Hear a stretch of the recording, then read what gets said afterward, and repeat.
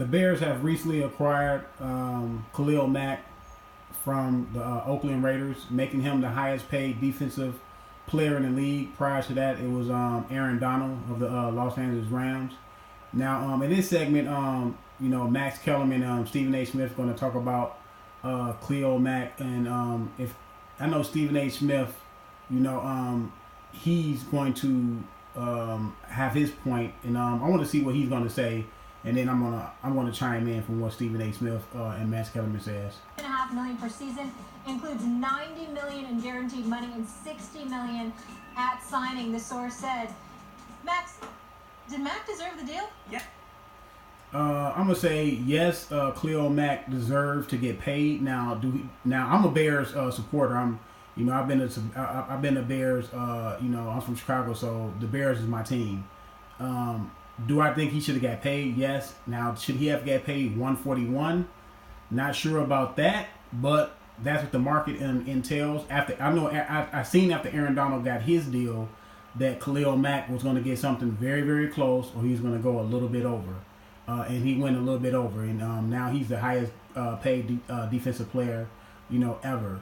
Now, when Khalil Mack was first talked about being traded, and they said the Raiders said that they wanted compensation of at least 2 first-round draft picks before they even had a discussion with anyone or took any phone calls. I was saying to myself, man, the Bears should do that. And the reason why I say that is the Bears got a young quarterback, Mitch Trubisky. They got a pretty good running game with Jordan Howard. They got some good receivers with Allen Robinson, former of the Jacksonville Jaguars. Now he is coming off injury, ACL injury, but he's an explosive wide receiver. They got Taylor Gabriel from Atlanta. And they got some other good wide receivers, some good tight ends. One of the tight ends they got from the Eagles. And, their defense was top 10 last year. So the Bears was missing their edge rusher. Now, they do have Raekwon Smith, who they drafted from the University of Georgia. They have a lot of they got Akeem Hicks in the middle. They got Goldman in the middle. So they have some pretty good pieces in place, but they were lacking an explosive difference maker or playmaker, and they have that in Khalil Mack. You can move him all over the field. Vic, the defensive coordinator for the Bears, he's running a 3-4. So now you can put Khalil Mack. You can put his hand in the dirt because he has the power and the agility, and the quickness to get past offensive linemen. I mean. You could stand him up. You can just rush him. So, and they also got Leonard Floyd. I forgot about Leonard Floyd. Now he's coming off a hand injury. All indications is he's going to play with the Cavs. So they got a pretty good defense. And if Mr. Trubisky can make some plays, not make a lot of mistakes, the Bears can go to the playoffs this year. I recently had them at 7-9. Now I'm looking at about 10 wins for the Bears, possibly 10 wins. Yes, he deserved it. Khalil Mack is, I believe, already one of the greatest defensive players who ever lived, and he's in his prime. Think of how versatile a defender he is, and how... And that's key, too. A lot of great players do not come available like this. A lot of them don't come available in their prime.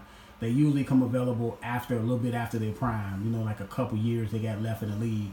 But they can still make a difference. But Khalil Mack, he's only 27 years old, so...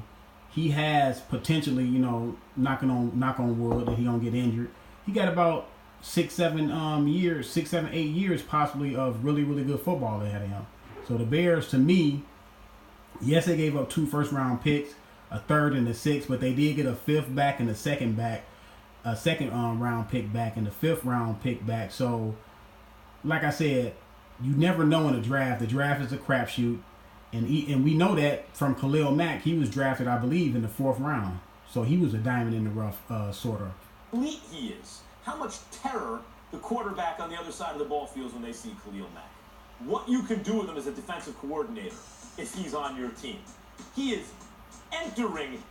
He's going to make everybody better. He's going to make the linebackers better. He's going to make the defensive line better. He's going to make the defensive backs better because not only can he get sacks, he can get hurries and pressures. Hurries and pressures are probably more valuable than sacks because those create turnovers. A sack can create a turnover too because you can make the quarterback fumble. But if you hurry the quarterback, make him uncomfortable, make him feel your presence. The quarterback can throw the ball off timing. He can throw the ball before he wants to throw the ball, which give your defensive backs chances to intercept to make plays on the ball. So, and because of the era of the quarterback in the passing game, you need several pass rushers that can get to the quarterback. His prime, we may not have even seen the best from him yet. He is entering his prime. So did he deserve the deal based on talent? Yes. But what about the cap situation? You can't give this kind of percentage of your cap to one player on the defensive side of the ball the way that... Well, a reason why the Bears was able to dole out that type of money is because they have a young team. They don't have any really big contracts on their roster. And, they have a quarterback in Mitch Trubisky who they drafted last year. He's on a friendly deal. They won't have to worry about signing him for another 3-4 years. So this was a great timing for the Bears at this moment. Same thing with the Rams. How when Jared Goff got drafted and he didn't have a really big contract. Now that they pay quarterbacks a certain amount of money now, quarterbacks don't get astronomical money coming out of college anymore, and it helps your cap. It helps the team's cap, and so the Rams was able to get a lot of players as well and sign a lot of players to big deals like Sue. They traded for Peterson, and they got my guy, the other corner. What's his name? Khalil. So they were able to do the same thing that the Bears was able to do. Game is now blah blah blah. Yes, you can, especially if you're the Bears, Stephen A. Because the Bears traded capital to move up in the draft to get Trubisky. And they are now doubling down on that bet. He's on his rookie deal. Everyone knows your quarterback's on his rookie deal. You have a window now. You see, mostly everybody on there are quarterbacks. It has two defensive players on there, and Aaron Donald and Khalil Mack, guys that can get to the quarterback and be the kryptonite to those quarterbacks. Now, to try to make something happen before you have to pay that guy. They already had a top 10 defense. If you're the Chicago Bears right now, how do you make yourselves legit Super Bowl contenders if you believe Trubisky is the guy, which they obviously do? Well, they're not legit Super Bowl contenders yet. We have to see what Trubisky do. Trubisky has to be able to make plays, stay poised, and not make a lot of mistakes. While he's on that rookie deal, get pushed over the top. Khalil Mack, show me everyone who's available in the NFL right now. Who was available that could have gotten them closer to the promised land, just himself, than Khalil Mack? They pushed their chips. I say Matt Keller make a great point. The ones that are available, Khalil Mack gets the Bears a little bit closer to what they want to do, and far as making the playoffs and possibly getting in the playoffs. Once you get in the playoffs, it's not a crapshoot. I'm not gonna say a crapshoot, but you have a chance. Aaron Donald is the next guy, but he wasn't available. The middle of the table, he's worth the money. Listen, I'm saying they pushed their chips to the middle of the table. I can agree with that. I don't want to hear that he deserved this contract. Khalil Mack is big time. He's a baller. I'm certainly not poo-pooing any of his money. I'm proud of the brother. I'm happy for him. He deserves to get paid. But the question is as to whether or not he deserves this contract, meaning the highest paid defensive player in... Well, it's not really what you think he deserves, Stephen A. Smith. It's what the market called for. The market called for... Aaron Donald set the market when he got that big contract. So when he set the market, the next guy to come after him can possibly, surpass him or come very, very close. And just so happened, Khalil Mack was able to get right up there. All of football. I'm not sure I'm co-signing with that. Now the Bears were 10th. 10th defensively in terms of yards allowed and 8th in terms of 9th instead of points. And I get all of that. So, one of their biggest needs was getting an edge rusher. Somebody to get to the quarterback because obviously you can now be... And that's the key. Getting somebody that they need. They didn't go out and just get someone just to get someone because he was available. They got a need, and that's very, very key especially when you have a football team that got a 53, 55-man roster. If you can get exactly what you need and you got everything else in place, sometimes you may have to overpay. You may have to go out there and overshoot a little bit. A top 5 defense, so I can understand the investment in them. But when I think Khalil Mack, and I think highest paid player in football, I'm thinking a shutdown corner that shut down one complete side of the field. I'm thinking about a long... But see, you're to me, okay, you say a shutdown corner. a shutdown corner, he's only going to do so much on the football field as far as, yes, he can shut down portions of the field, but because this league has become more of a pass-happy league, a shutdown corner is not going to be more valuable than a guy that can get to the quarterback, because the quarterback is the head of the snake.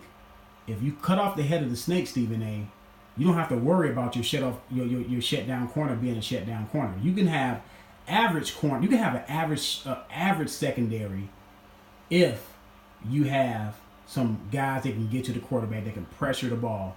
The 85 Bears did not have all pro corners.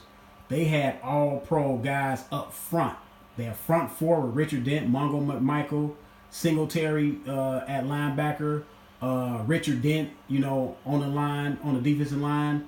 They had Wilbert Marshall. So they had guys that can, Otis Wilson, they had guys that can get to the quarterback. And that was Buddy Ryan's, Bear defense, 46 Bears defense, was to get the quarterback. If you get the quarterback, none of that other stuff has to happen. Even if you have a shutdown corner, the guy can only guard the man for so long before a guy gets free if you cannot get to the quarterback.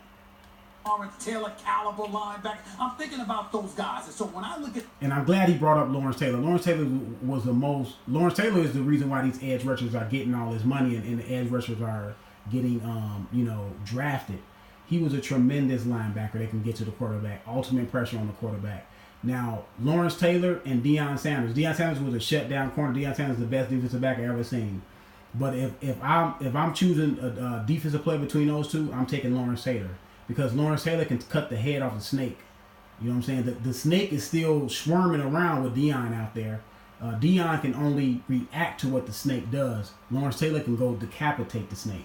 Khalil Mack. And that's what Khalil Mack can do. He can go out there and decapitate the snake, so the snake won't be able to bite. So Aaron Rodgers won't be able to pick you apart. You know what I'm saying? Put pressure on Aaron Rodgers, move him off his spot, get him out. Even though Aaron Rodgers is really good on the edges, but at least you can take away the first, second option, and you have a chance to defeat, Aaron Rodgers. Even though I know how big time he is, I'm looking at the Raiders with them last year. I'm looking at how poor the Raiders defense was. It wasn't his fault. It's just a question as to how much can he do. How much can he do? But see, the thing about the difference between the Raiders and the Bears defense, the Bears defense has way more talent than the Raiders defense. And if you only got one guy on your team, as good as he is, you can neutralize him by putting 2 and 3 people on him. You can shift your coverage over to him. And yes, he's gonna still make some plays, but he will not make as many plays as he would make if he have other guys on the field that can complement him. So now that he got other guys, like I said, Hicks, Goldman, Raekwon Smith, Leonard Floyd, and those cast of characters. Now, if you shift too much over to him, all them other guys are going to shine. And then you're in a position to pick your poison. Like I said, I know Stephen A. Smith looks at the shutdown corner as being more important. Now that's his opinion on it. But my opinion is, if you cut off the head of the snake, you don't have to worry about shut off corners. Like I said, you can have average corners to good corners. And if you have guys up front that can get to the quarterback, you can have a lot of success. And those guys out there, you can make your defensive backs all pros by them giving them a chance to make a lot of plays, making the quarterback window to throw the ball shorter. So, like I said, Khalil Mack, to me, in my opinion, will be a better choice than a shutdown corner all day for me. Subscribe to the channel, man. Let me know what y'all think. Would y'all take Khalil Mack or let's say a Jalen Ramsey? I think Jalen Ramsey is maybe the best corner in the NFL right now. Maybe y'all may have a different one, but would you take Jalen Ramsey or would you take Khalil Mack? In my opinion, you have to get Khalil Mack. He can cut the head off the snake. Let me know what y'all think. Subscribe to the channel, man. I'm out.